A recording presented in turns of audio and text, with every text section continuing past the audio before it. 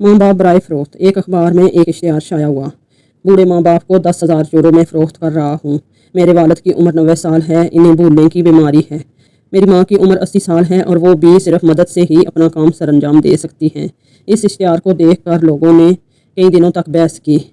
किसी ने कहा ये कैसी बेगैरती है, किसी ने कहा हुकूमत इन पर कार्रवाई क्यों नहीं करती, कुछ ने तो ये कहा या अल्लाह ये तो गुनाह है, और कुछ ने कहा ये तो पागलपन है, इतने पैसे देकर कौन किसी को ख़रीदता है।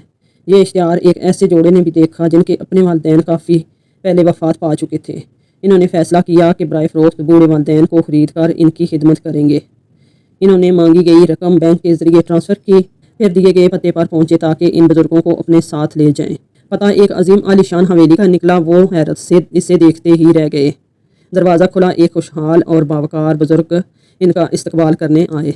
इस जोड़े ने कहा हम उन बूढ़े माँ बाप को लेने आए हैं जिनका इश्तिहार आपने दिया था।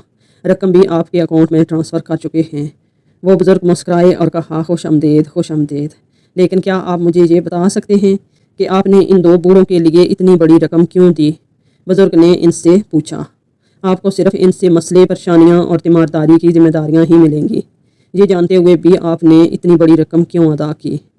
नौजवान जोड़े ने एक दूसरे की तरफ देखा और मुस्कुराए और फिर जवाब दिया, हम दोनों बचपन में ही अपने वालिदैन से जुदा हो गए थे।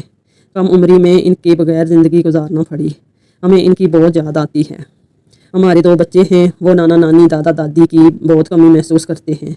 हम चाहते हैं कि वो इनकी गोद में बैठें, इनके साथ वक्त गुजारें, इनके साथ इनसे कहानियाँ सुनें, इनके साथ खाना खाएं, इनके साथ खेलें और इनके साथ सो जाएं।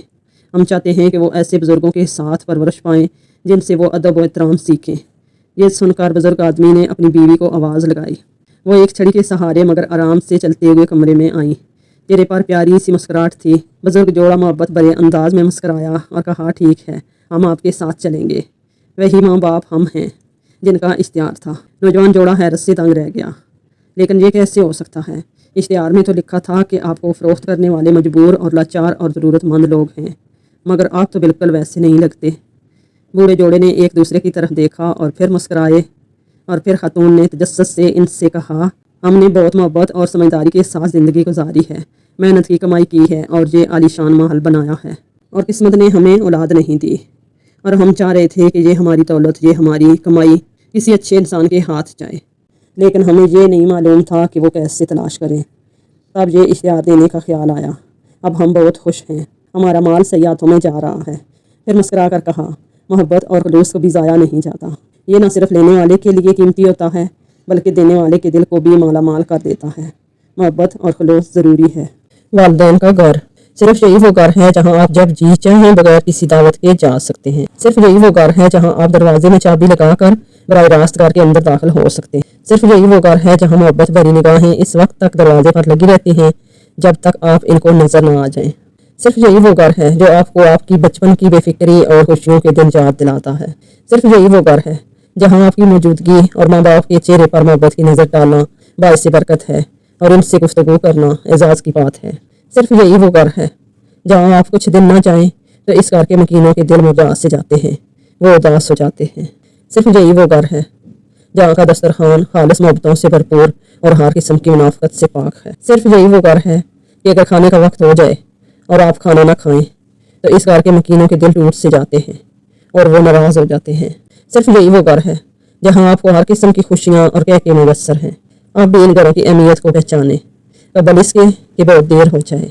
वो लोग बहुत खुशकिस्मत होते हैं जिनके घर वालिदैन के घर के बीवी का खर्च, बीवी को खर्चा देना क्यों ज़रूरी है?